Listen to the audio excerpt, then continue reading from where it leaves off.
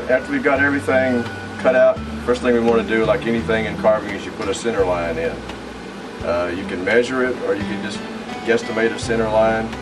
I'm using a measuring device. I use that vernier caliper, and I just basically just figure out how far it is and take a halfway point. This has 34 millimeters, so 17. You can just measure down to 17 and put it on here. But actually, just guesstimating a good part of the center line will work. It doesn't have to be totally exact. So we put a center line on here all the way around the bird. That helps us to keep everything kind of proportional. So we'll just put the center line on all the way across in the back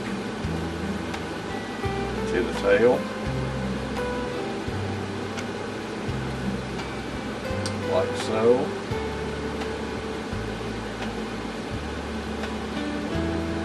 Just as long as you have some form of reference to go by when you're from the bottom top of the bird, just to keep it, like I said, to keep everything proportional. If I was lucky, the 2 points are going to match. And they did. So now that we've got that done, one of the things I like to do next is determine which way I am going to turn the head of the bird. And that is why I was telling you earlier that I use these pencil compass to get the exact center of the bird's head and bill and scribe arcs, and I'll show you how to do that. On this one, I've decided I'm going to turn the bird so it's slightly to the left. Now, some people like to turn birds so that they're 90 degrees, the head's this way, but that's okay if you got a certain thing you're looking for, but I like to kind of keep mine just at a slight angle, probably around 30 degrees or so. Don't have to be mathematics, but it helps out to know that you don't want the bird looking like he's trying to crane his neck to look at something. So the first thing we have to do is determine where the back of the head is. And because I've done this bird so many times before, and what you see on here on the drawing, is you'll see that I've shown the distance from the bill to the back of the head is about 30 millimeters. And you'll hear a lot of millimeters because we do a lot of things in millimeters. So if I know that the distance from the bill to the head is 30 millimeters, and I can take half of that reference, what I'll do is I'll just show you that there's the back of my head roughly right there. And that spot right there. So I can make a mark at this point. And if I take half that distance, if it's 30, of course obviously the school I went to, it was 15. So I come up here and I know that's the center of the head right there, or we call the center of the neck. That's basically what we're looking for. So that's that right there. So I've decided that I am going to turn my head to the left. And so I'm just going to take a straight edge, and I have a straight edge here. I'm a hard straight edge, but it's a straight edge. And I just kind of lay it in the center of that head that I just did, and I will just draw a line, like so. And you can extend it out just a little bit, like that. So that's the way how my head is turned, exactly like that. So now what I do is I know that I have to get the distance that is from the head, the center of the head to the bill, and so we already know that that's going to be 15. So what I can do is I can take my measurement here and measure off 15 millimeters, which is just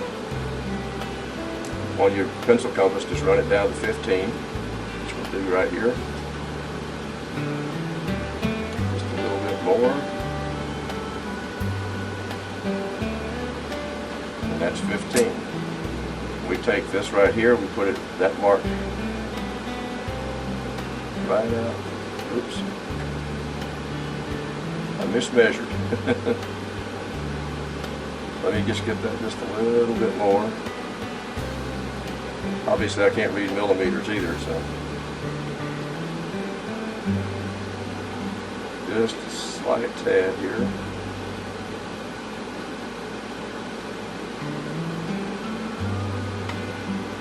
There we go.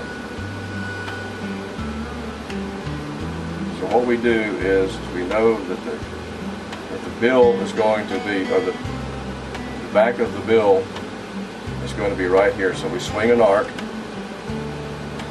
like that. That tells me where that is. And now I can get the distance to the back of the head,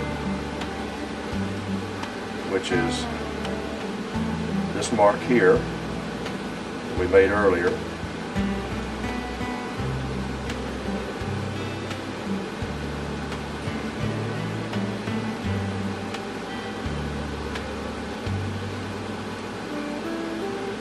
And we get that right there like that, and we swing an arc on that line right there,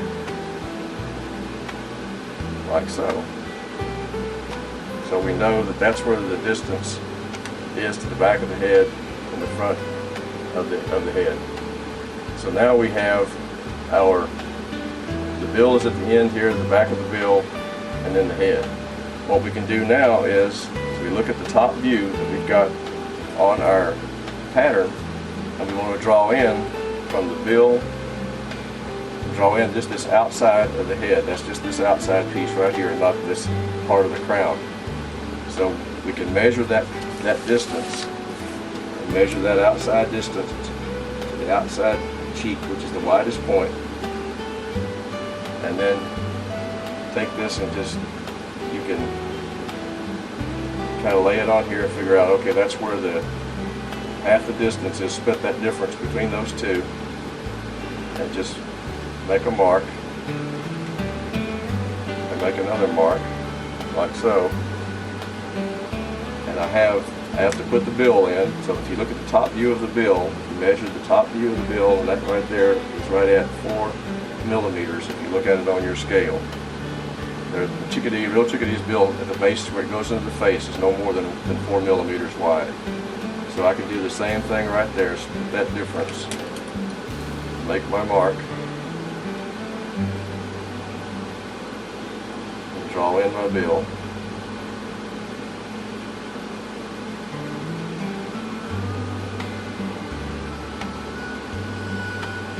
Like so. And then I can come from here, that's my wide points of the head, come off the back of the bill,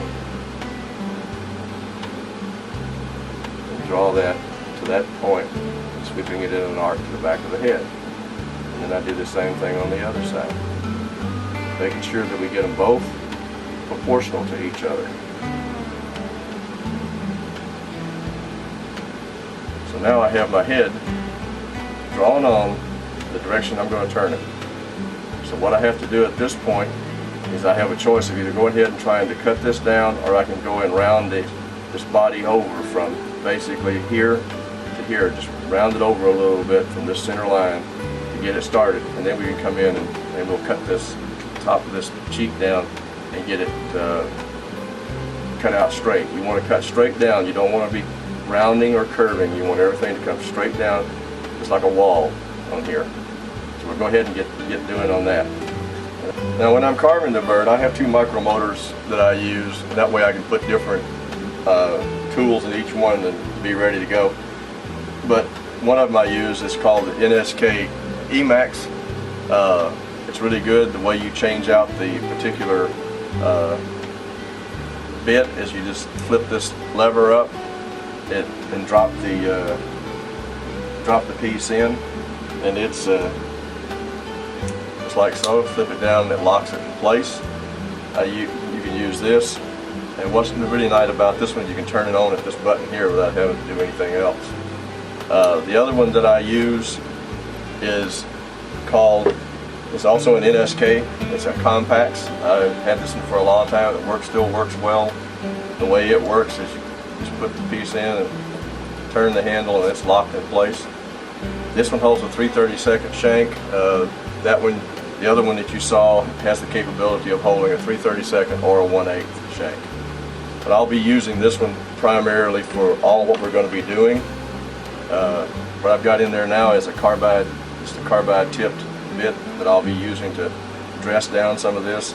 Sometimes this Tupelo, depends on what you get, this carbide may not be just the right thing, so I may have to go to something a little more aggressive. but if this works well, I'll show you what we're using. But right now, let's go ahead and start. I'm going to round over this edges here down a little bit, and then I'm going to shape down the head. And we'll get started on that. And then we'll start adding more refinements like the wings. Since these are going to be raised wings, and since we tilted the head to the left, if you tilt the head to the left, that means that the right feather will go up over the top of the left feather. Conversely, if you turn the head the other way, it would reverse it. The left feather would be over the top of the right feather. That's just the muscular structure of the bird. That's how it works. So we'll go ahead and start cutting this out. Turn the dust collector on. And I think we're ready to go here, so we'll start rounding this over. I start basically from here and start rounding back this way. I don't want to go too far back into here just where the wings are. I don't want to take too much out. I want to keep plenty of wood back in this area. So we'll go ahead and start rounding that out.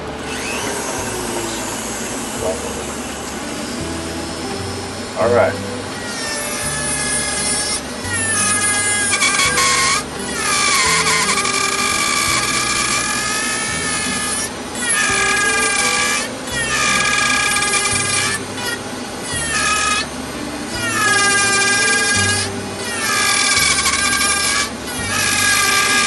What I want to do is take a lot of this blockiness out and kind of start giving some roundness to it, so everything will start to flow.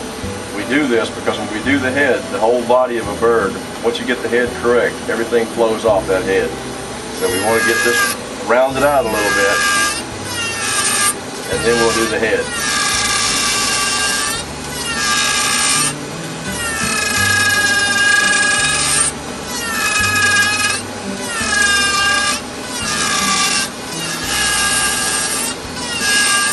I don't know if I mentioned or not, the wood that I use is Tupelo wood, and it grows in the swamps just like cypress does. As a matter of fact, it's a very close cousin to the cypress, and it puts up knees like cypress does, but when it's dry, it's very, very light.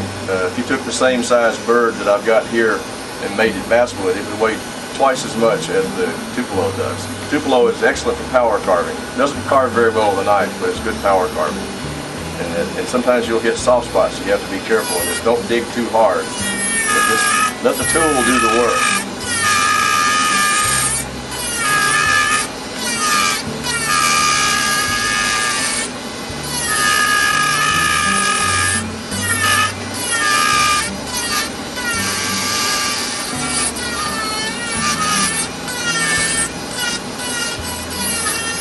See, I've rounded it a little bit. I rounded almost all up way up to the center line. So that's about as far as you want to go. So we turn it over, reverse, and we do this process on the other side.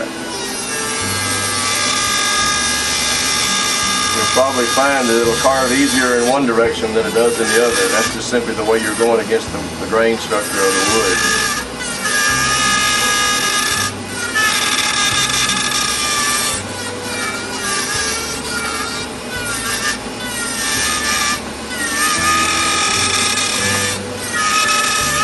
See, I'm not forcing the tool, I'm pushing it, and I'm letting the tool do the cutting.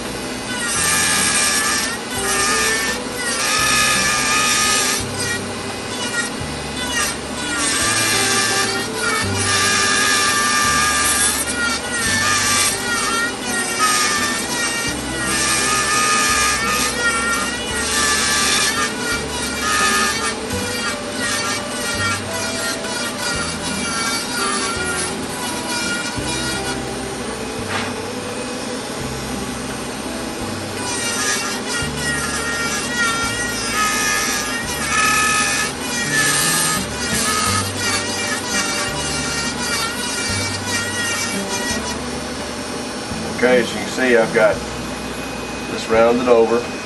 Took off those high edges, starts to round that body over. I try to I can look straight down on it like this and make sure that I've got the same perspective on both sides, which I have pretty much. Like at this point, it's not, you don't have to be real finicky because we're going to have more wood's going to come off of here. So right now, it's where it needs to be.